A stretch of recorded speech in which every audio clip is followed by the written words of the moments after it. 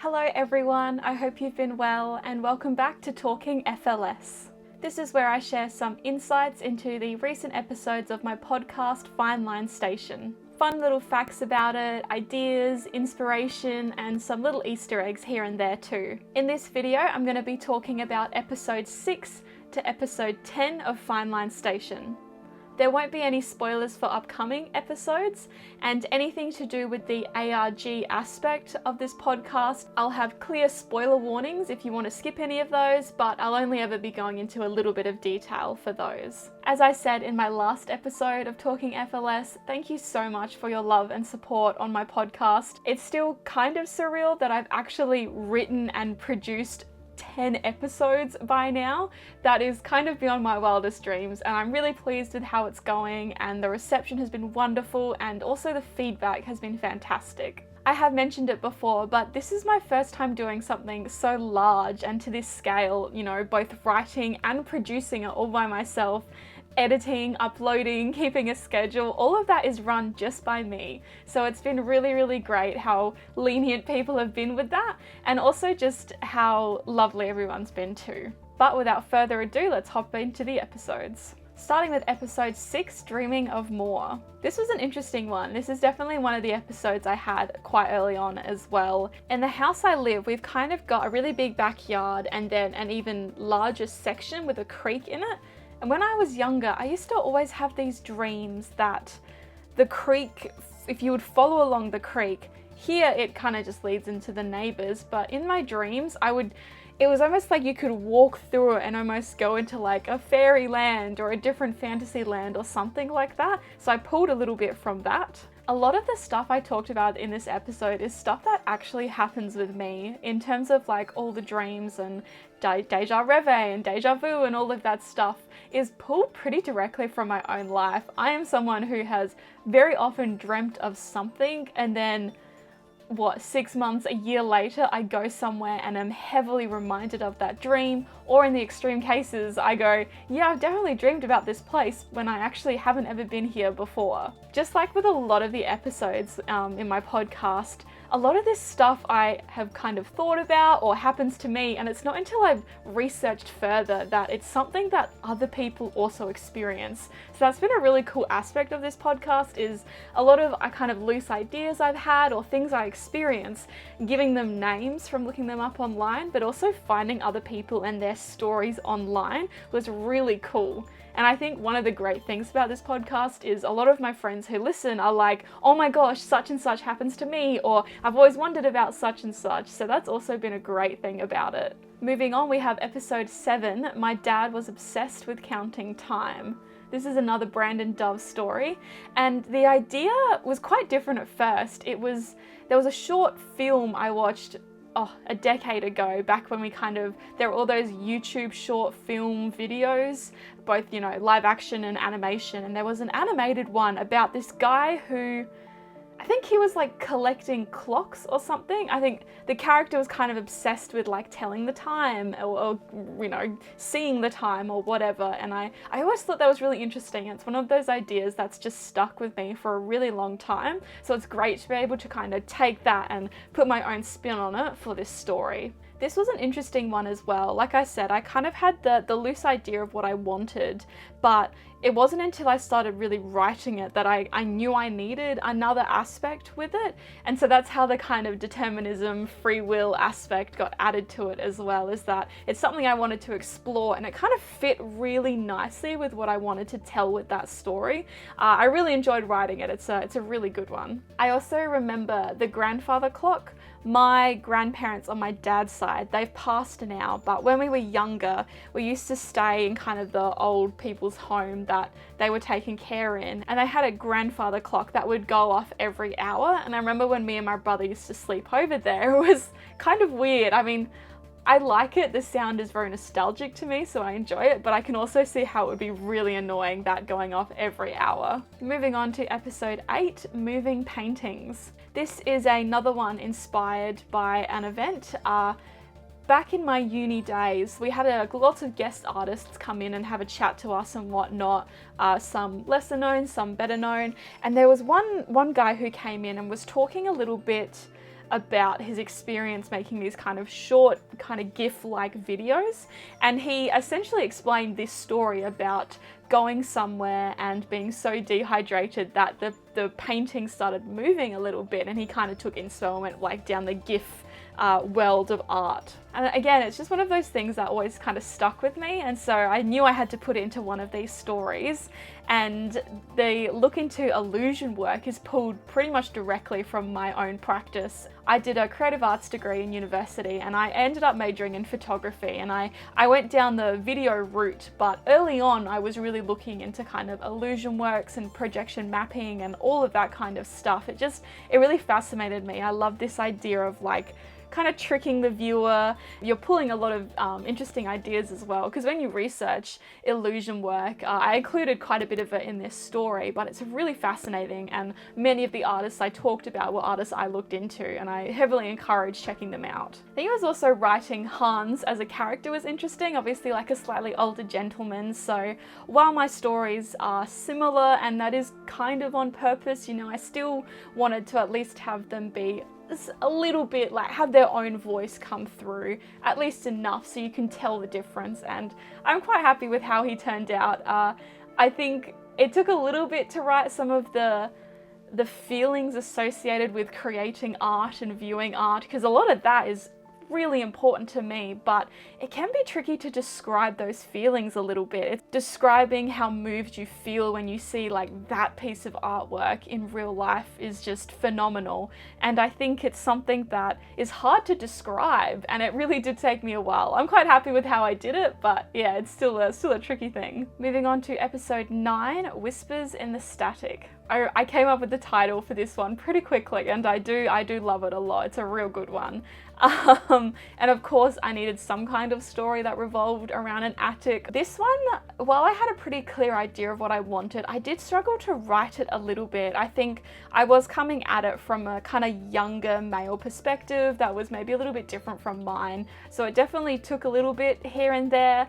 I think I got there mostly, but yeah, it's always something I'm gonna have to continue to work on. And I think it's always interesting as well, because I work on kind of different timelines.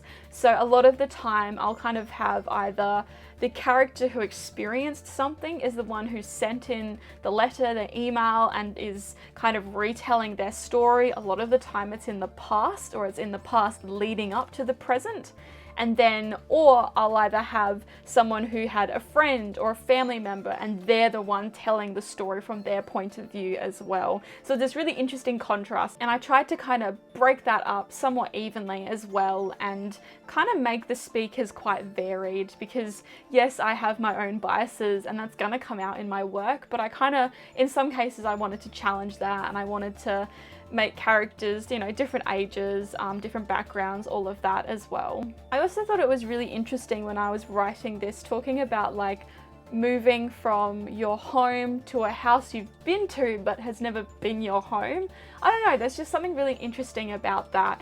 My grandparents used to have a house, and they haven't been there for like 10-15 years, but for some reason that house specifically has shown up a lot in my dreams. And so it's just this interesting idea of like this nostalgia we feel for a place that isn't ours, or, you know, moving into somewhere where you've always just been the guest instead of the actual owner or the person who lives there. So it was really fun exploring that as well. That was another thing I wasn't necessarily planning on touching on, but I'm really glad I did. I think it just adds a little bit more interest to that story. I mean, the whole radio thing as well, I mean, it's such an interesting thing, and obviously you can probably tell by now, but technology is something that does come up quite often in my works and in this podcast as well. I mean, as someone who listens to a fan noise every night, like I need to have some kind of white noise to sleep. Even when I'm doing anything, I like to have some kind of low ambient sound. There's just something about like, is kind of, you know, meeting the senses, and it helps me concentrate a little bit more. So it was interesting to kind of take that, but then almost kind of warp that as well. And then we have another one of my favorite episodes, which is Photographing the Moon at episode 10. This is one of the stories I had very, very early on. And you know, when you're writing something or you're thinking about a story or an idea, and there's just like one scene, you have that one scene and you just want to build off of that. that kind of started here. It's very loosely inspired by, there is an episode of Local 58, which is a wonderful, creepy ARG on YouTube. They're very interpretive, but it's kind of like someone is running either away or towards, or something to do with the moon, and it's kind of looming over them.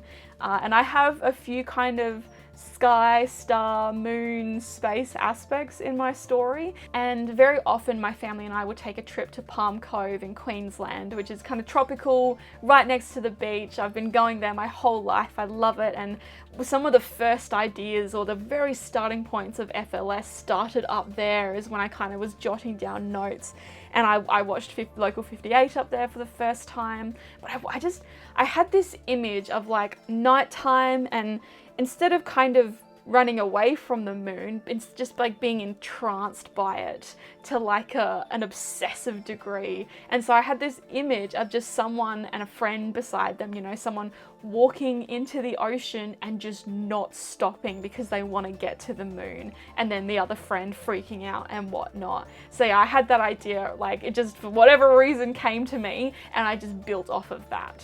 You'll see that obsession is a really big key part in a lot of my works.